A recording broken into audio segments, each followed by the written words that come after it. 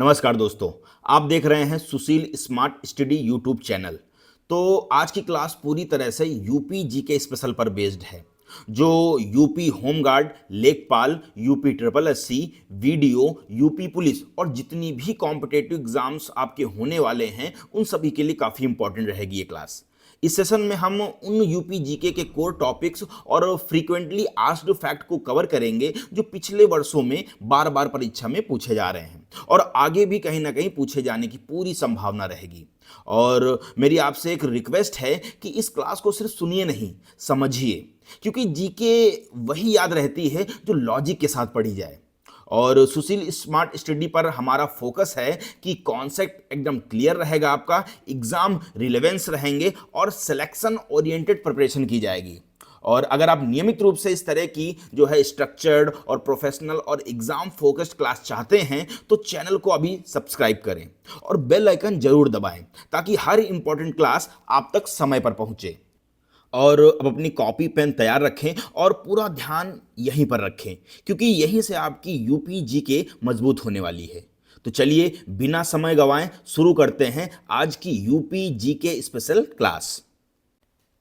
तो हमारा पहला प्रश्न है, उत्तर प्रदेश का कौन सा अंतर्राष्ट्रीय हवाई अड्डा सौर ऊर्जा से संचालित होने वाला राज्य का पहला हवाई अड्डा बनने की दिशा में अग्रसर है?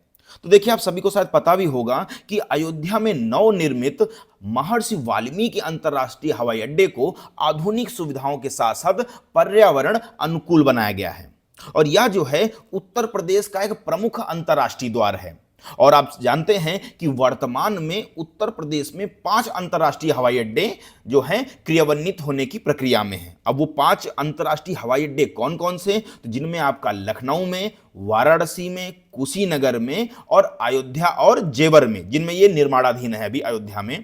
तो ये जो है देश में सबसे सर्वाधिक हवाई अड्डे उत्तर प्रदेश में होने वाले हैं।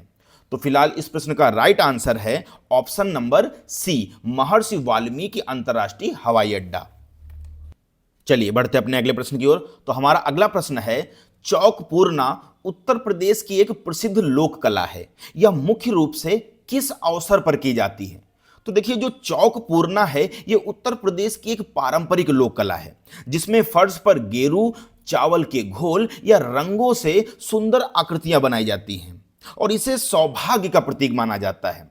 इसी तरह ब्रज क्षेत्र की सांझी कला भी जो है बहुत प्रसिद्ध है जिसमें दीवारों या फर्श पर सुंदर जो है चित्रकारी की जाती है और उत्तर प्रदेश की ये कलाएं जो हैं ग्रामीण संस्कृति की पहचान है। तो फिलहाल इस प्रश्न का राइट आंसर है ऑप्शन नंबर सी, मांगलिक एवं धार्मिक उत्सवों पर। चलिए बढ़ते अपने अगले प्रश्न की ओर। तो हमारा अगला प्रश्न है, उत्तर प्रदेश के किस जिले में चित्तौरा झील स्थित है जहां राजा सुलहदेव का स्मारक भी बना हुआ है? तो देखिए, जो चित्तौरा झील है ये उत्तर प्रदेश के बहराइच जिले में स्थित है और यह जो झील है ऐतिहासिक रूप से बहुत महत्वपूर्ण है क्योंकि इसके तट पर राजा सुलहदेव और विदेशी आक्रमणकारी सलाह मसूद के बीच युद्ध हुआ था और हाल ही में राज्य सरकार ने यहां राजा सुलहदेव की एक भव्य प्रतिमा और स्मारक का निर्माण करवाया है। इसी तरह रामगढ़ ताल जो है गोरखपुर में और बखीरा झील संत कबीर नगर जिले में स्थित है। तो इस प्रश्न का राइट आंसर है ऑप्शन नंबर बी, बहराइच। चलिए बढ़ते अपने अगले प्रश्न की ओर। तो हमारा अगला प्रश्न है, उत्तर प्रदेश का वह कौन सा प्रसिद्ध किला है जिसे बुंदेलखंड का प्रवेश द्वार कहा जाता है और जो अपनी अजेयता के लिए जाना जाता है? तो देखिए, जो कलिंजर का किला है जो कि बांदा जिले में विंध्यन पर्वत श्रेणी पर स्थित है और यह जो है ऐतिहासिक रूप से इतना मजबूत माना जाता है कि इसे जीतना लगभग असंभव था और इसी किले के घेरे के दौरान 1545 में शेरशाह सूरी की उक्का चलाने के दौरान मृत्यु हो गई थी। अब आप लोग सोच रहे होंगे उक्का क्या होता है? तो उक्का एक टाइप का अग्निशास्त्र होता है ना, एक टाइप का, जैसे आजकल आप जानते हैं बहुत सारे जो हैं यंत्र यूज किए जा रहे हैं, बहुत सारे जो हैं वेपन्स यूज किए जा रहे हैं, तो ये उस टाइम का एक वेपन था। और अगर हम बात करें यहाँ, तो यहाँ का जो नीलकंठ मंदिर है वो काफी ज्यादा प्रसिद्ध है। और अगर बात करें चुनार के किले की, तो जो चुनार का किला है वो गंगा के तट पर स्थित है जिसे जो है सोनवा मंडप के लिए जाना जाता है। तो फिलहाल इस प्रश्न का राइट आंसर है ऑप्शन नंबर बी, कलिंजर का किला। चलिए बढ़ते हैं अपने अगले प्रश्न की ओर। तो हमारा अगला प्रश्न है, क्षेत्रफल की दृष्टि से उत्तर प्रदेश का भारत में कौन सा स्थान है। देखिए आप सभी जानते हैं कि भारत में क्षेत्रफल के मामले जो उत्तर प्रदेश है इसका चौथा स्थान है। और इससे पहले तीन बड़े जो राज्य हैं वो क्रमशः राजस्थान, मध्य प्रदेश और महाराष्ट्र हैं। हालांकि यदि जनसंख्या की अगर बात की जाए तो उत्तर प्रदेश जो है वो भारत का प्रथम स्थान वाला राज्य है। और उत्तर प्रदेश का जो कुल क्षेत्रफल है वो लगभग 2,40,928 वर्ग किलोमीटर है, जो कि भारत के कुल क्षेत्रफल का लगभग 7.33% है। तो फिलहाल इस प्रश्न का राइट आंसर है ऑप्शन नंबर बी, चतुर्थ। चलिए बढ़ते अपने अगले प्रश्न की ओर। तो हमारा अगला प्रश्न है, प्रसिद्ध बुलंद दरवाजा उत्तर प्रदेश के किस स्थान पर स्थित है।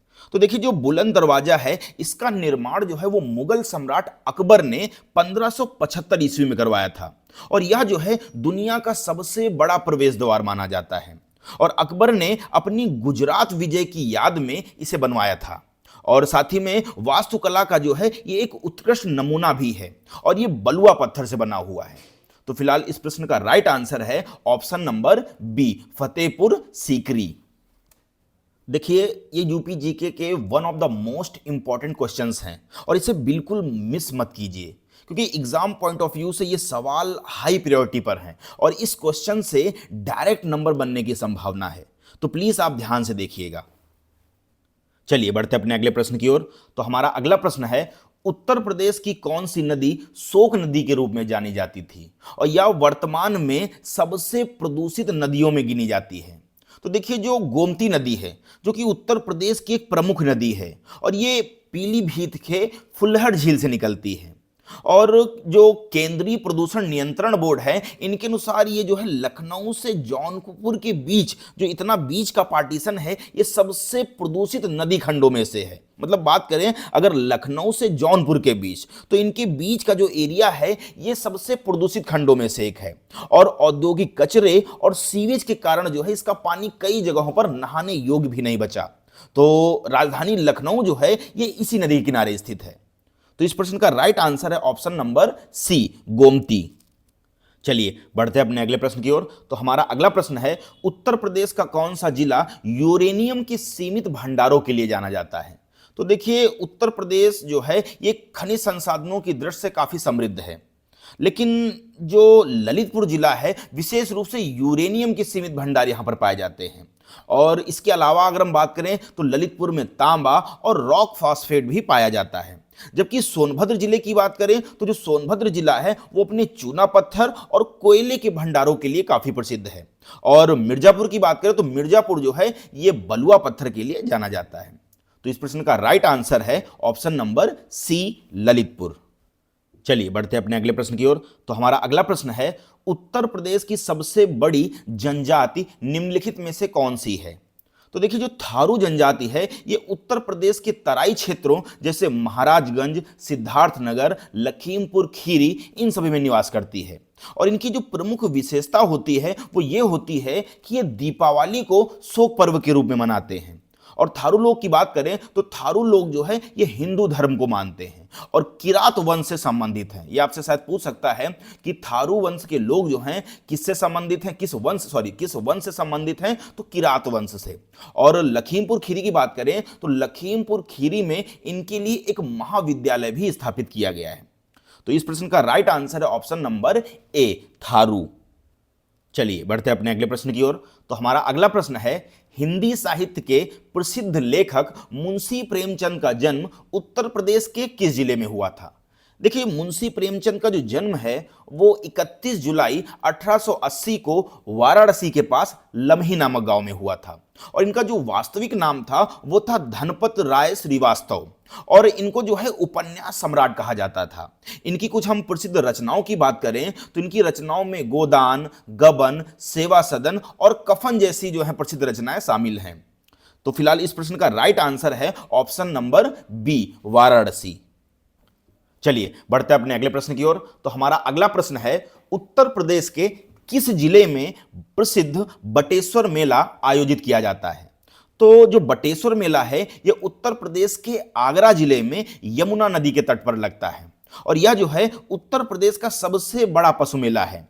जिसे ऊंट मेले के नाम से भी जाना जाता है। बटेश्वर स्थान जो है ये 101 शिव मंदिरों के लिए भी प्रसिद्ध है।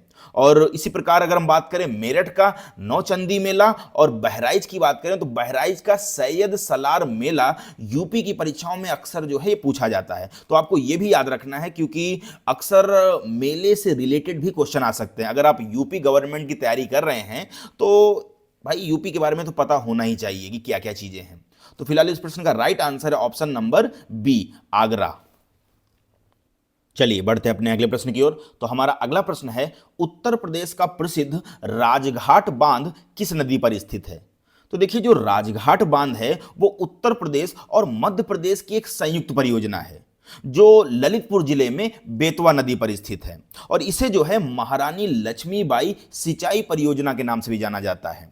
और इसी तरह अगर हम बात करें रिहंद नदी, तो रिहंद नदी पर रिहंद बांध परियोजना है जो काफी ज्यादा इंपॉर्टेंट है।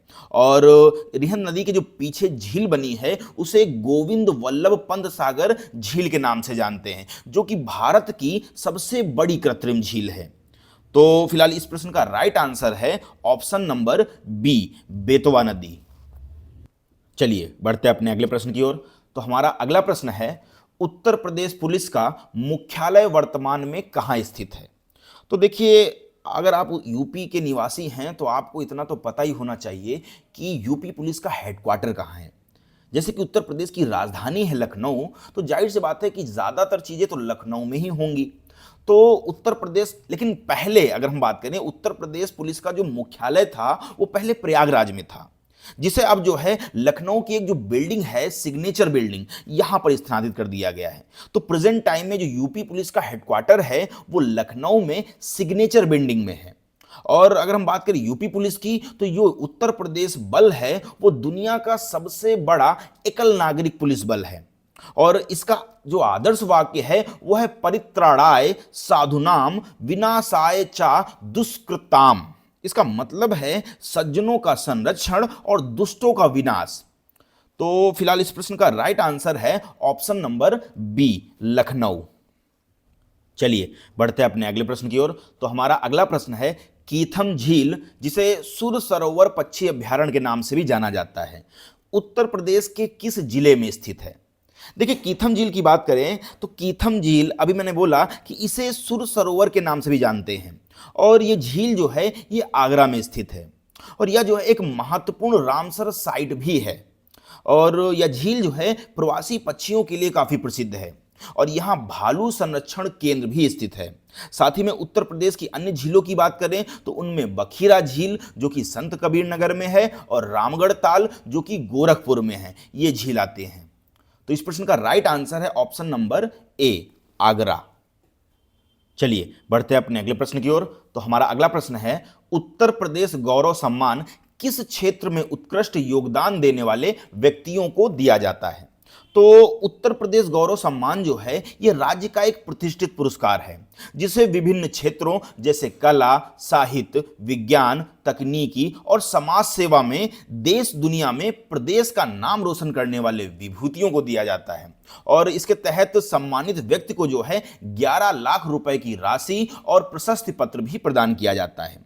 और यह जो सम्मान है ये उत्तर प्रदेश दिवस के अवसर पर घोषित किया जाता है। और आप सभी जानते हैं उत्तर प्रदेश दिवस जो है ये 24 जनवरी को मनाया जाता है। तो इस प्रश्न का राइट आंसर है ऑप्शन नंबर सी, कला, संस्कृति, विज्ञान और समाज सेवा।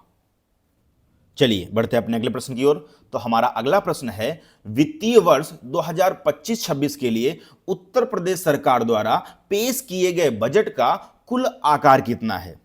तो देखिए उत्तर प्रदेश सरकार ने जो है हाल ही में फरवरी 2025 में वित्त वर्ष 2025-26 के लिए 8,08,736.06 करोड़ रुपए का जो है अब तक का सबसे बड़ा बजट पेश किया है। और यह पिछले वर्ष के बजट से जो है लगभग 9.8% अधिक है। और इस बजट का जो मुख्य केंद्र है वो युवा, महिला, किसान और गरीब वर्ग का विकास है। साथ ही में बजट में जो है राजकोषीय घाटा राज्य के सकल घरेलू उत्पाद का 2.97% अनुमानित किया गया है।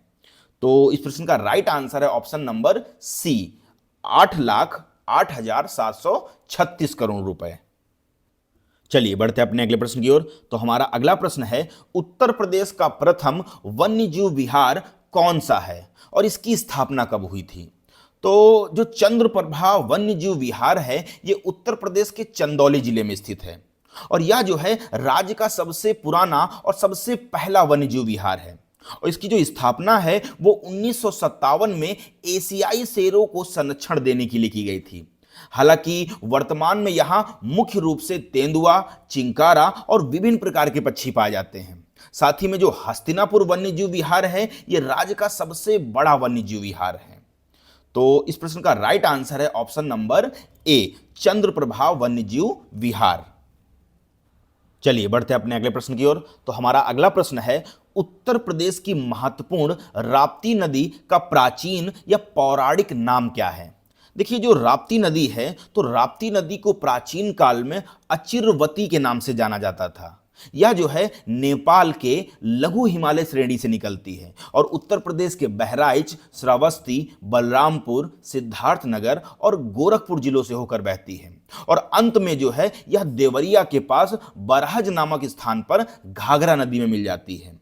और गोरखपुर शहर जो है वो इसी नदी के बाएं तट पर स्थित है। तो आपको यह भी पूछ सकता है कि जो गोरखपुर है वो किस नदी के तट पर स्थित है? तो वो है आपके अचिरवती नदी, जिसको अब हम जो है राप्ती नदी के नाम से जानते हैं। तो फिलहाल इस प्रश्न का राइट आंसर है ऑप्शन नंबर ए, अचिरवती।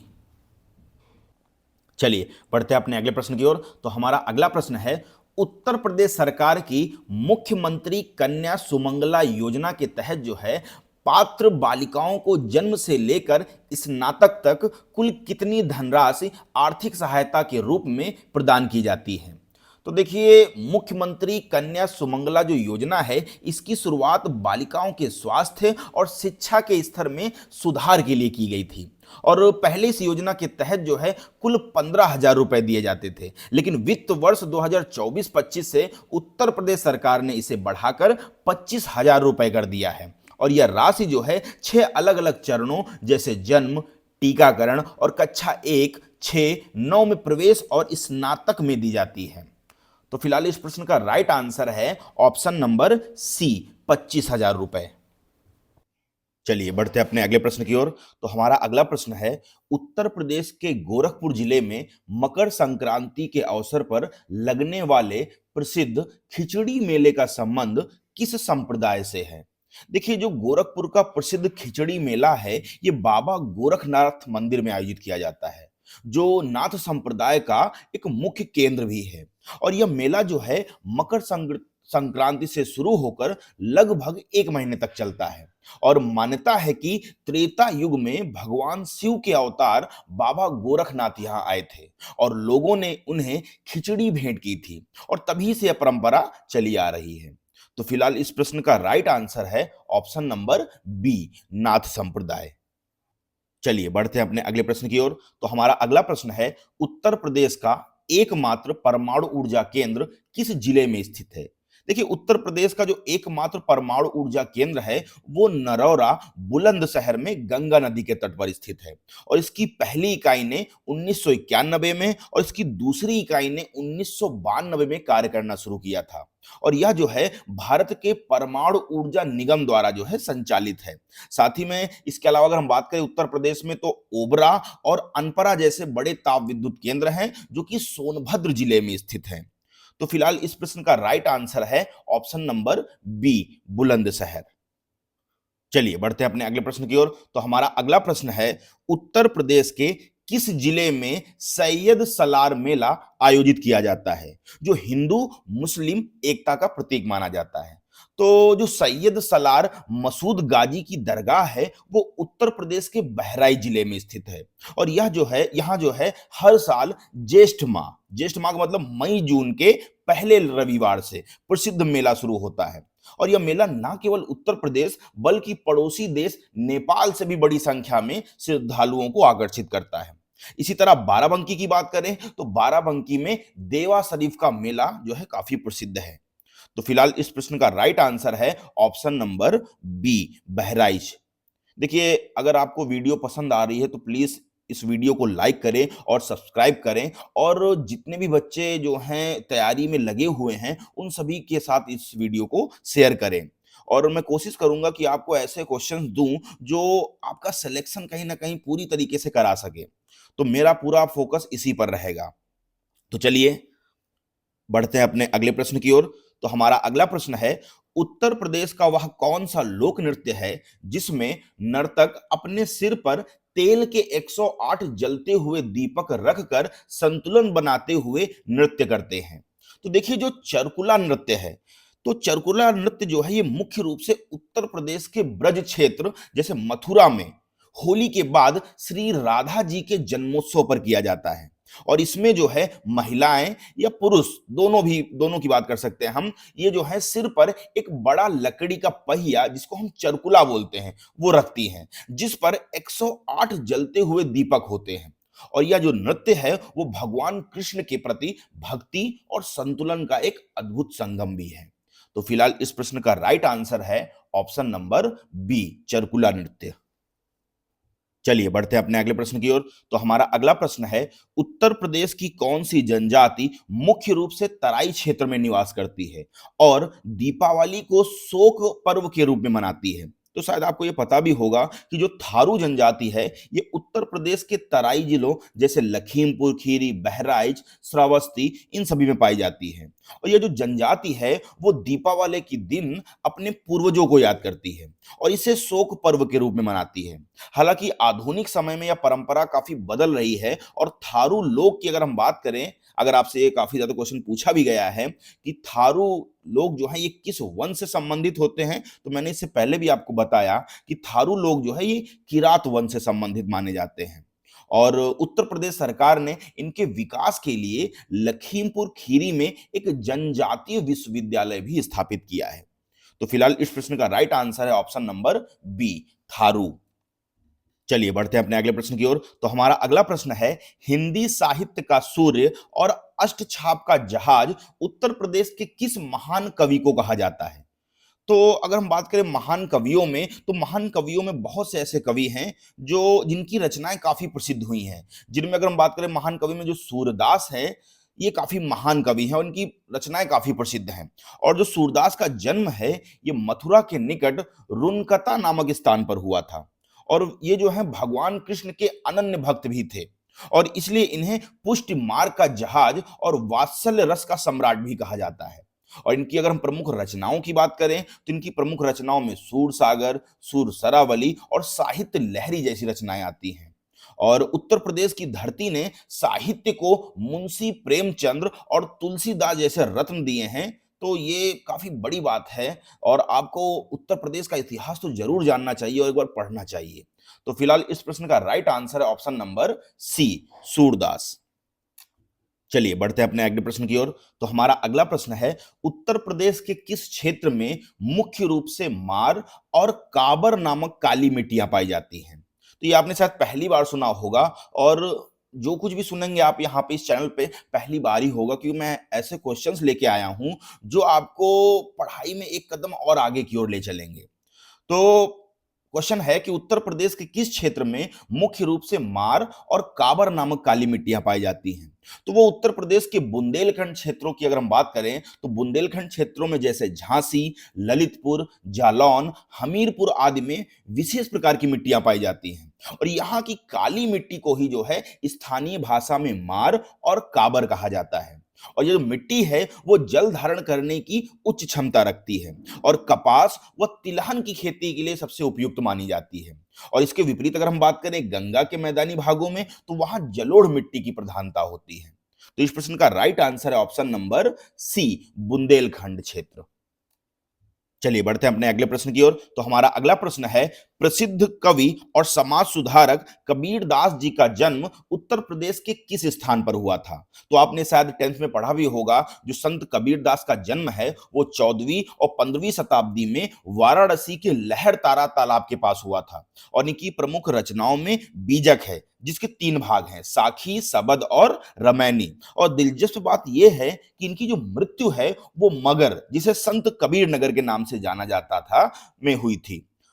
तो फिलहाल इस प्रश्न का राइट आंसर है ऑप्शन नंबर बी, लहर तारा। जो कि वाराणसी में पड़ता है। चलिए बढ़ते हैं अपने अगले प्रश्न की ओर। तो हमारा अगला प्रश्न है, उत्तर प्रदेश के किस शहर में इमामबाड़ा और भूल भुलैया स्थित है, जिन्हें नवाब आसफुद्दौला ने बनवाया था? तो जो लोग लखनऊ से हैं वो तो इतना तो जानते ही होंगे, क्योंकि थोड़ा बहुत तो घूमना भी बहुत जरूरी है, क्योंकि घूमने से भी काफी अच्छी नॉलेज मिलती है। तो जो बड़ा इमामबाड़ा है वो लखनऊ की एक ऐतिहासिक धरोहर है, और इसे जो है 1784 में अवध के नवाब आसफुद्दौला ने अकाल राहत परियोजना के तहत बनवाया था। और इसकी जो सबसे बड़ी विशेषता है वो है इसका मुख्य हॉल है, जो बिना किसी खंभे या बीम के सहारे टिका हुआ है। और इसके ऊपरी हिस्से में प्रसिद्ध भूल भुलैया है, जो कि पर्यटकों के आकर्षण का सबसे मुख्य केंद्र है। तो इस प्रश्न का राइट आंसर है ऑप्शन नंबर सी, लखनऊ। चलिए बढ़ते हैं अपने अगले प्रश्न की ओर। तो हमारा अगला प्रश्न है, कजरी उत्तर प्रदेश का एक प्रसिद्ध लोकगीत है। इसकी उत्पत्ति मुख्य रूप से किस जिले से मानी जाती है?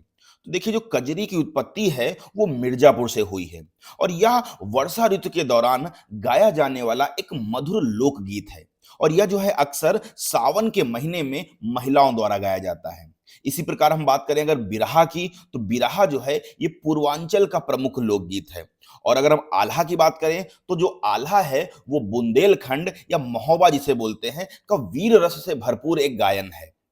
और बात करें हम अगर लोकगीतों से, तो लोकगीतों से संबंधित भाई साहब बहुत से प्रश्न हैं जो यूपी पुलिस और होमगार्ड जैसी परीक्षाओं में मतलब पूछे जाने के काफी चांसेस रहते हैं, और आपको ऐसे प्रश्न भी तैयार करने हैं। तो फिलहाल इस प्रश्न का राइट आंसर है ऑप्शन नंबर बी, मिर्जापुर। चलिए बढ़ते हैं अपने अगले प्रश्न की ओर। तो हमारा अगला प्रश्न है, उत्तर प्रदेश की सबसे लंबी नहर कौन सी है जो राज्य के एक बड़े हिस्से की सिंचाई करती है? तो देखिए, जो शारदा नहर है ये उत्तर प्रदेश की सबसे बड़ी और लंबी नहर प्रणाली है, और यह जो है नेपाल सीमा के पास बनबसा नामक स्थान पर शारदा नदी से निकलती है। और इस नहर की अगर हम लंबाई की बात करें, तो सभी शाखाओं को मिलाकर इसकी कुल लंबाई जो है वो लगभग 12,368 किलोमीटर है। और यह जो है उत्तर प्रदेश के दर्जनों जिलों की कृषि भूमि को सिंचित करती है। तो फिलहाल इस प्रश्न का राइट आंसर है ऑप्शन नंबर बी, शारदा नहर। चलिए बढ़ते हैं अपने अगले प्रश्न की ओर। तो हमारा अगला प्रश्न है, भारतीय दलहन अनुसंधान संस्थान या Indian Institute of Pulses Research Uttar Pradesh के किस शहर में स्थित है? देखिए, जो भारतीय दलहन अनुसंधान संस्थान है ये कानपुर में स्थित है, और यह जो है दालों के उत्पादन और नई किस्मों पर शोध करने वाला भारत का प्रमुख केंद्र है। और कानपुर को जो है उत्तर भारत का मैनचेस्टर और चर्म उद्योग की राजधानी भी कहा जाता है। और उत्तर प्रदेश की जो राजधानी है लखनऊ में अन्य संस्थान भी हैं, जैसे अगर बात करें ड्रग रिसर्च तो ये लखनऊ में आपके पड़ता है, लेकिन दलहन और चीनी अनुसंधान संस्थान जो है ये विशेष रूप से कानपुर में स्थित हैं। तो इस प्रश्न का राइट आंसर है ऑप्शन नंबर बी, कानपुर। चलिए बढ़ते हैं अपने अगले प्रश्न की ओर। तो हमारा अगला प्रश्न है, प्रसिद्ध नौचंदी मेला उत्तर प्रदेश के किस जिले में प्रतिवर्ष आयोजित किया जाता है? तो जो नौचंदी मेला है ये मेरठ में लगने वाला एक ऐतिहासिक मेला है, जो हिंदू मुस्लिम सांप्रदायिक सद्भाव का प्रतीक माना जाता है। और यहाँ एक और चंडी देवी का मंदिर है, तो दूसरी ओर प्रसिद्ध सूफी संत सैयद सलार की दरगाह है। और यह मेला जो है होली के कुछ दिनों बाद शुरू होता है और लगभग 1 महीने तक चलता है। और उत्तर प्रदेश की बात करें तो उत्तर प्रदेश में सर्वाधिक जो मेले हैं वो मथुरा जिले में लगते हैं। तो इस प्रश्न का राइट आंसर है ऑप्शन नंबर बी, मेरठ। चलिए बढ़ते हैं अपने अगले प्रश्न की ओर। तो हमारा अगला प्रश्न है, उत्तर प्रदेश का वह कौन सा शहर है जहां गंगा, यमुना और अदृश्य सरस्वती का संगम है और जिसे तीर्थ राज कहा जाता है? तो आप जानते हैं कि प्रयागराज, जिसका पहले नाम था इलाहाबाद, तो प्रयागराज में 3 नदियों का मिलन होता है जिसे त्रिवेणी संगम कहा जाता है। और हिंदू धर्म में इसे सभी तीर्थों का राजा यानी तीर्थ राज माना जाता है। और यहाँ प्रत्येक 12 वर्ष में कुंभ मेला और प्रत्येक 6 वर्ष में अर्ध कुंभ आयोजित किया जाता है। और सम्राट अकबर ने जो है यहाँ एक विशाल किले का निर्माण करवाया था और इसका नाम जो है इलाहाबाद रखा था, जिसे हाल ही में बदलकर पुनः प्रयागराज कर दिया गया है। तो इस प्रश्न का राइट आंसर है ऑप्शन नंबर सी, प्रयागराज। चलिए बढ़ते हैं अपने अगले प्रश्न की ओर। तो हमारा अगला प्रश्न है, भारतीय विश्वविज्ञान अनुसंधान संस्थान या इंडियन इंस्टीट्यूट ऑफ टॉक्सोलॉजी रिसर्च या आईआईटीआर उत्तर प्रदेश के किस शहर में स्थित है? देखिए, लखनऊ जो है ये उत्तर प्रदेश की राजधानी होने के साथ साथ कई प्रमुख राष्ट्रीय शोध संस्थानों का केंद्र भी है। यहां अगर हम बात करें तो आईआईटीआर, सीडीआरआई और एनबीआरआई स्थित है।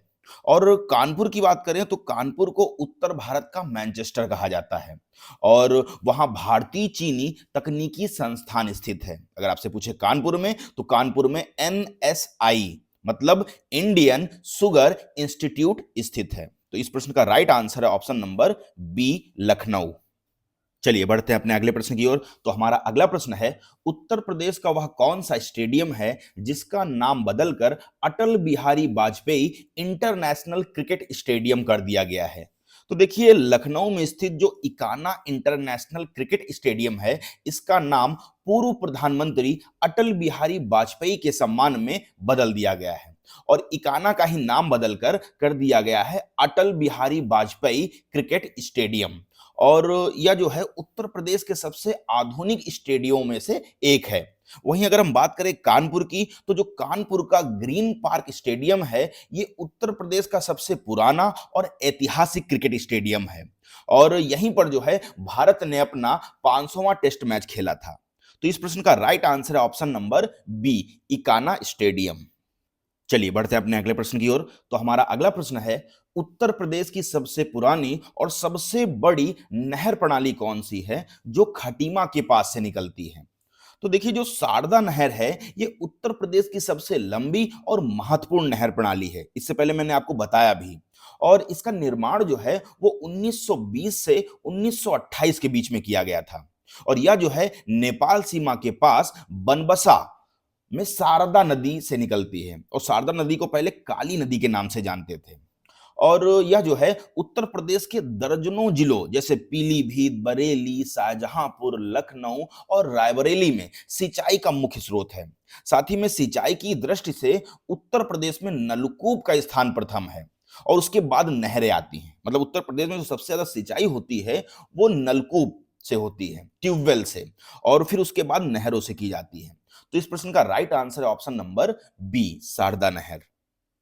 चलिए बढ़ते हैं अपने अगले प्रश्न की ओर। तो हमारा अगला प्रश्न है, उत्तर प्रदेश का सबसे पुराना और प्रमुख राजकीय संग्रहालय कहाँ स्थित है जिसकी स्थापना जो है 1863 में हुई थी? तो जो राजकीय संग्रहालय है ये लखनऊ उत्तर प्रदेश का सबसे पुराना बहुउद्देशीय संग्रहालय है।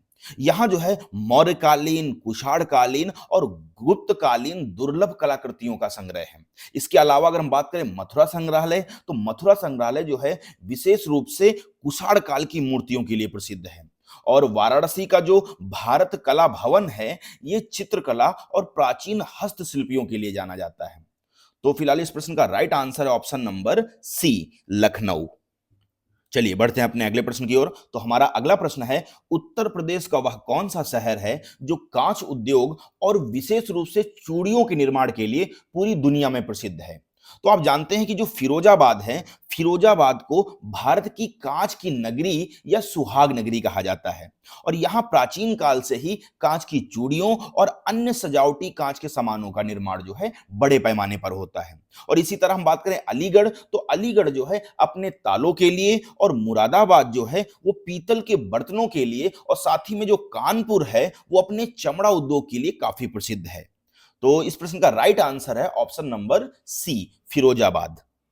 चलिए बढ़ते हैं अपने अगले प्रश्न की ओर। तो हमारा अगला प्रश्न है, भगवान राम की जन्मस्थली अयोध्या किस नदी के तट पर स्थित है जिसे रामायण काल में कौशिकी के नाम से भी जाना जाता था? तो जो अयोध्या है ये उत्तर प्रदेश का एक अत्यंत प्राचीन और धार्मिक शहर है जो कि सरयू नदी के किनारे बसा हुआ है और सरयू नदी जो है ये हिमालय से निकलती है और इसे तिब्बत में मानसरोवर के पास से निकलने वाली करनाल नदी की एक शाखा माना जाता है। और अगर हम बात करें उत्तर प्रदेश के अन्य प्रमुख शहरों की, तो जिनमें लखनऊ, जौनपुर और सुल्तानपुर हैं, ये गोमती नदी के किनारे बसे हुए हैं। साथ ही में कानपुर, वाराणसी और प्रयागराज की बात करें तो ये गंगा नदी के किनारे बसे हैं। और आगरा, मथुरा और इटावा ये यमुना नदी के किनारे बसे हैं। तो इस प्रश्न का राइट आंसर है ऑप्शन नंबर सी, सरयू। चलिए बढ़ते हैं अपने अगले प्रश्न की ओर। तो हमारा अगला प्रश्न है, उत्तर प्रदेश का वह कौन सा हवाई अड्डा है जिसे हाल ही में अंतरराष्ट्रीय दर्जा दिया गया है और जो भगवान राम की नगरी में स्थित है? तो आप जानते हैं कि अयोध्या में स्थित महर्षि वाल्मीकि अंतरराष्ट्रीय हवाई अड्डा है और इस हवाई अड्डे का नाम बदलकर अयोध्या धाम रखा गया है। साथ ही में बात करें उत्तर प्रदेश में, तो उत्तर प्रदेश में अब भारत एक ऐसा राज्य बन गया है जहां सबसे अधिक 5 अंतरराष्ट्रीय हवाई अड्डे हैं, जिनमें अगर बात करें तो हम लखनऊ में है, वाराणसी में, कुशीनगर, अयोध्या और आपका पांचवा है जेवर में, जो कि अभी निर्माणाधीन है। तो इस प्रश्न का right answer option number C, Maharishi Valmiki अंतरराष्ट्रीय हवाई अड्डा। चलिए बढ़ते हैं अपने अगले प्रश्न की ओर। तो हमारा अगला प्रश्न है, जनगणना 2011 के आंकड़ों के अनुसार उत्तर प्रदेश का कौन सा जिला न्यूनतम साक्षरता दर वाला जिला है? तो जनगणना 2011 के अनुसार हम बात करें तो श्रावस्ती की जो साक्षरता दर है वो 46.7% है और ये उत्तर प्रदेश में सबसे कम है। इसके बाद अगर हम बात करें तो बहराइच और बलरामपुर का स्थान आता है। और इसके विपरीत अगर हम बात करें गौतम बुद्ध नगर, जो कि उत्तर प्रदेश का सर्वाधिक साक्षर जिला है और उत्तर प्रदेश की कुल औसत साक्षरता दर जो है वो 67.7% है। और देखिए यहां से भी काफी क्वेश्चन पूछे जाते हैं कि साक्षरता दर से कि सबसे ज्यादा साक्षर वाला जिला कौन सा है, सबसे कम साक्षर वाला, और पूरा औसत की अगर हम बात करें तो उत्तर प्रदेश का कुल औसत साक्षर दर कितना है। तो ये भी आपको अच्छे से कवर कर लेना है। तो फिलहाल इस प्रश्न का राइट आंसर है ऑप्शन नंबर ए, श्रावस्ती। चलिए बढ़ते हैं अपने अगले प्रश्न की ओर। तो हमारा अगला प्रश्न है, भारतीय अंतरिक्ष अनुसंधान संगठन जिसे इसरो कहते हैं, इसरो का फुल फॉर्म है इंडियन स्पेस रिसर्च ऑर्गेनाइजेशन, का मुख्य नियंत्रण केंद्र कहां स्थित है जो उपग्रहों की निगरानी करता है? देखिए अब कुछ लोग सोच रहे होंगे ये तो बहुत आसान क्वेश्चन है, लेकिन मैं क्वेश्चन वही लेके आया हूं जो आपको थोड़ा सा सोचने पे मजबूर कर देंगे। तो यहाँ पे कुछ लोग तो इसका आंसर कहेंगे कर्नाटक के बेंगलुरु में, लेकिन क्वेश्चन पढ़िए क्या कह रहा है कि भारतीय अंतरिक्ष अनुसंधान संगठन का मुख्य नियंत्रण केंद्र मतलब मास्टर कंट्रोल फैसिलिटी कहां स्थित है जो उपग्रहों की निगरानी करता है? तो इसरो का जो मास्टर कंट्रोल फैसिलिटी जो है ये कर्नाटक के हासन और मध्य प्रदेश के भोपाल में स्थित है और यहां से भूस्थैतिक उपग्रहों की कक्षा का प्रबंधन और निगरानी की जाती है। जबकि हरिकोटा की बात करें तो हरिकोटा का जो सतीश धवन अंतरिक्ष केंद्र है ये भारत का प्रमुख रॉकेट प्रक्षेपण केंद्र है, मतलब लॉन्चिंग पैड है। और बात करें उत्तर प्रदेश के संदर्भ में देखें तो रिमोट सेंसिंग एप्लीकेशन सेंटर ये लखनऊ में स्थित है। तो इस प्रश्न का राइट आंसर है ऑप्शन नंबर बी, हासन। चलिए बढ़ते हैं अपने अगले प्रश्न की ओर। तो हमारा अगला प्रश्न है, उत्तर प्रदेश सरकार द्वारा संचालित कन्या सुमंगला योजना का मुख्य उद्देश्य क्या है? देखिए जो मुख्यमंत्री कन्या सुमंगला योजना है इसकी शुरुआत जो है ये बालिकाओं के स्वास्थ्य और शिक्षा के स्तर में सुधार करने के लिए की गई थी और इसके तहत जो है एक बालिका के जन्म लेने से लेकर उसके स्नातक में प्रवेश लेने तक कुल 6 चरणों में आर्थिक सहायता दी जाती है और इससे जो है राज्य में लिंगानुपात में सुधार लाने और बेटी बचाओ बेटी पढ़ाओ अभियान को बल मिलता है। तो इस प्रश्न का right answer option number B, बालिकाओं के जन्म से लेकर स्नातक तक आर्थिक सहायता देना। चलिए बढ़ते हैं अपने अगले प्रश्न की ओर। तो हमारा अगला प्रश्न है, आगरा स्थित ताजमहल के मुख्य स्थापत्यकार कौन थे जिन्होंने इस विश्व धरोहर का नक्शा तैयार किया था? तो ताजमहल का जो निर्माण है वो मुगल सम्राट शाहजहां ने अपनी बेगम मुमताज महल की याद में करवाया था और इसके मुख्य वास्तुकार जो थे वो उस्ताद अहमद लाहौरी थे और ताजमहल को बनाने में सफेद संगमरमर, इसके साथ मकराना जो कि राजस्थान से आए थे, आपसे पूछ सकता है कि ताजमहल को बनाने में जो सफेद संगमरमर है, ये कहां से लाए गए थे? तो ये राजस्थान के मकराना से लाए गए थे। और इसका जो उपयोग किया गया था, साथ ही में इसमें पित्रा ड्यूरा, जो कि कीमती पत्थरों की जड़ाई को बोलते हैं, तो इसमें पित्रा ड्यूरा कला का जो है शानदार प्रदर्शन मिलता है। और इसे 1983 में यूनेस्को विश्व धरोहर स्थल घोषित किया गया था। तो इस प्रश्न का right answer option number B, Ustad Ahmad Lahori. चलिए बढ़ते हैं अपने अगले प्रश्न की ओर। तो हमारा अगला प्रश्न है, उत्तर प्रदेश का वह कौन सा प्रसिद्ध मेला है जो हिंदू कैलेंडर के अनुसार कार्तिक पूर्णिमा को आयोजित किया जाता है और इसे मिनी कुंभ के नाम से भी जाना जाता है? तो जो गढ़मुक्तेश्वर मेला है, ये हापुड़ जिले में गंगा नदी के तट पर लगता है और श्रद्धालु जो हैं यहाँ कार्तिक पूर्णिमा के दिन पवित्र स्नान करते हैं और इसे पश्चिमी उत्तर प्रदेश का मिनी कुंभ भी कहा जाता है। इसी तरह हम बात करें अगर बटेश्वर मेले की, तो बटेश्वर मेला जो है आगरा में यमुना नदी के तट पर लगने वाला प्रसिद्ध पशु मेला है। और बात करें अगर हम ददरी मेला, तो ददरी मेला जो है ये बलिया में लगने वाला भारत का दूसरा सबसे बड़ा पशु मेला माना जाता है। तो इस प्रश्न का राइट आंसर है ऑप्शन नंबर सी, गढ़मुक्तेश्वर मेला। तो दोस्तों, आज की यूपी जी के क्लास यहीं समाप्त होती है और आज हमने जो भी इंपॉर्टेंट क्वेश्चंस और फैक्ट पढ़े हैं, अगर आप इन्हें एक बार रिवाइज कर लेते हैं तो एग्जाम हॉल में ये आपके लिए डायरेक्ट स्कोरिंग पॉइंट बनेंगे। और याद रखिए, जीके स्ट्रॉन्ग करने का एक ही तरीका है, daily revision plus right questions.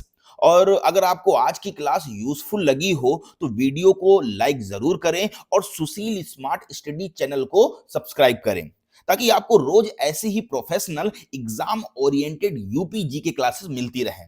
और बेल बेल आइकन दबाना मत भूलिएगा, क्योंकि हमारी अगली क्लास में हम और भी हाई प्रायोरिटी यूपी जी के क्वेश्चन लेकर आने वाले हैं। तो तब तक के लिए पढ़ते रहिए, रिवाइज करते रहिए और अपने सिलेक्शन पर पूरा भरोसा रखिए। तो दोस्तों, थैंक यू सो मच। मिलते हैं अगली क्लास में।